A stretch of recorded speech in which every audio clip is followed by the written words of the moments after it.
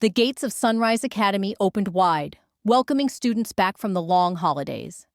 A fleet of sleek cars lined the driveway as chauffeurs dropped off sons and daughters of the city's wealthiest families. Among them was Amara Okoye, tall and graceful, her designer bag slung over one shoulder. She walked with confidence, her friends flocking around her like bees to honey. Amara was known not just for her grades, but for her style and her undeniable talent in the kitchen. Her family owned the most popular catering company in the city.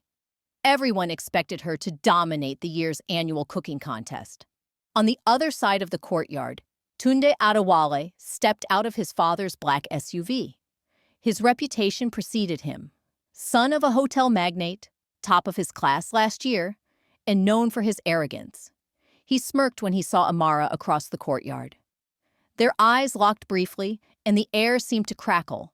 They didn't exchange words, but everyone knew this was just the calm before the storm. As the school bell rang, Amara whispered to her friends, "Watch. This year, I'll prove once and for all that Tunde is overrated."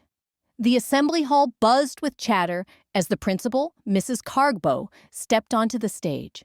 She adjusted her glasses, silencing the students with a single tap of the microphone. "This year," she began, "our annual culinary contest will not only test your creativity, but also represent Sunrise Academy to the entire nation. The winners will be featured in Africa Rising magazine and receive scholarships to prestigious culinary institutes abroad." Gasps filled the room, followed by whispers of excitement. For students from wealthy families, this was more than just a competition.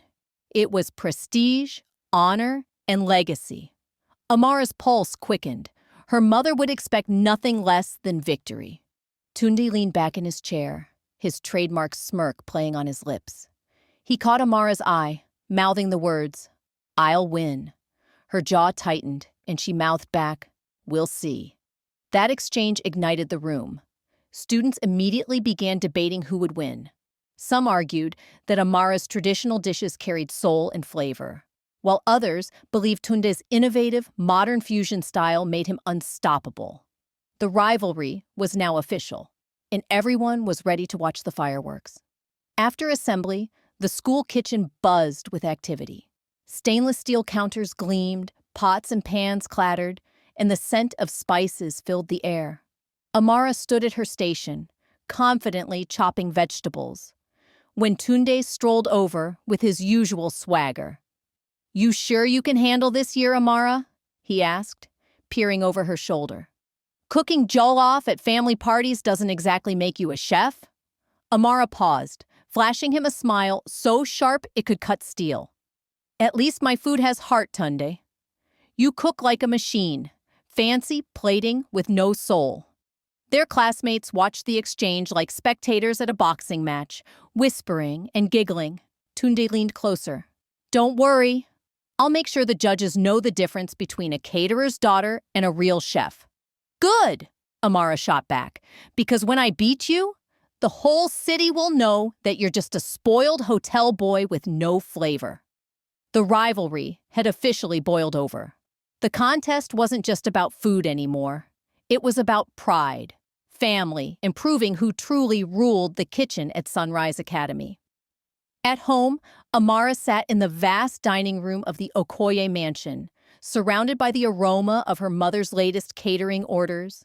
Platters of spicy grilled fish, steaming pots of egusi soup, and trays of puff-puff ready for delivery covered the long table.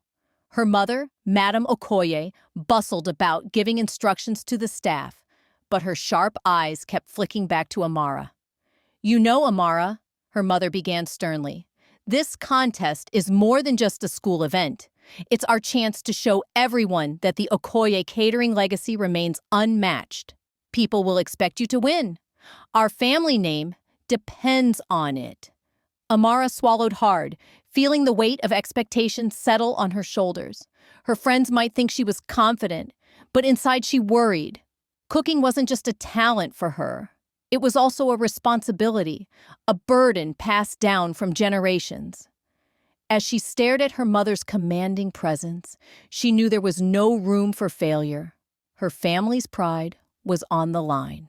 Meanwhile, in the Adewale household, the atmosphere was no lighter. Tunde's father, Chief Adewale, sat at the head of their marble dining table, reading a newspaper while sipping his coffee. He barely looked up as Tunde walked in, but his words were sharp. "I heard the contest will attract the media this year," his father said flatly. "This is your chance to prove yourself worthy of the Adewale name. The hotel's reputation must remain unmatched in cuisine. You cannot lose to that Okoye girl. Do you understand?" Tunde clenched his fists under the table. His father had always measured him against impossible standards. It was never enough to be good. It had to be perfect. Still, he raised his chin and replied confidently, "Don't worry, father. I'll make sure the Adewale name shines above." All but deep down, he wondered if this was about his talent or simply about being his father's son. The school kitchen became a battlefield. Stainless counters gleamed, and the clatter of knives echoed as students began practicing for the contest. Amara stirred a pot of spicy jollof rice, the rich aroma of tomatoes and peppers filling the room.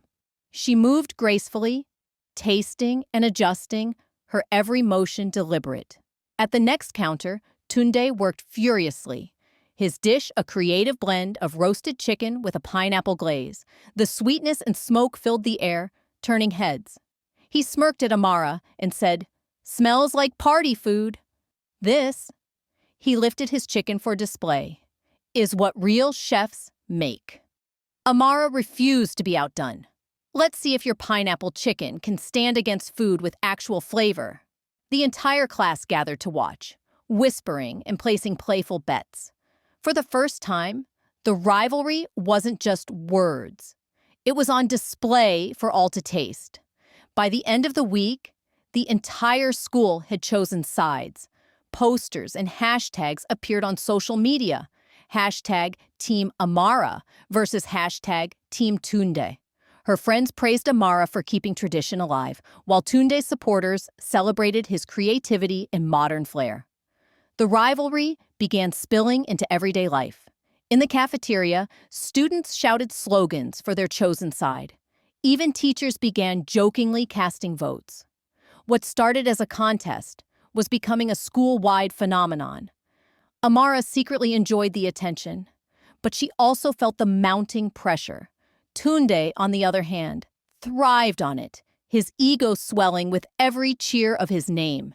It didn't take long for the rivalry to go viral. Students began recording their practice sessions and uploading them online. Short clips of Amara's fiery jollof rice and Tunde's fancy plating racked up thousands of views. Bloggers picked up the story, framing it as the Battle of Sunrise Academy. Amara's friends helped her create a TikTok page, showcasing behind-the-scenes videos of her cooking. Tunde retaliated by posting sleek, edited videos with dramatic music, showcasing his artistry. Comment sections exploded, with fans debating who would win. It was no longer just a school contest. It was turning into a national spectacle. During one practice session, Amara attempted a new recipe, goat meat pepper soup with a twist of coconut milk. Her classmates crowded around, curious to taste. But disaster struck. The soup was far too salty, and the coconut milk curdled, leaving an unpleasant texture. Laughter filled the kitchen as Tunde raised an eyebrow and said, "Looks like someone can't handle the heat." Amara's cheeks burned, but she stood tall. Even the best chefs fail before they succeed. Still, humiliation lingered. She couldn't bear to see her dish tossed into the trash while Tunde's golden chicken drew praise from everyone. That night, she promised herself she'd make a comeback no one would forget. Thank you for watching episode 1 of this story. Don't forget to subscribe, like, and share, and stay tuned for part 2.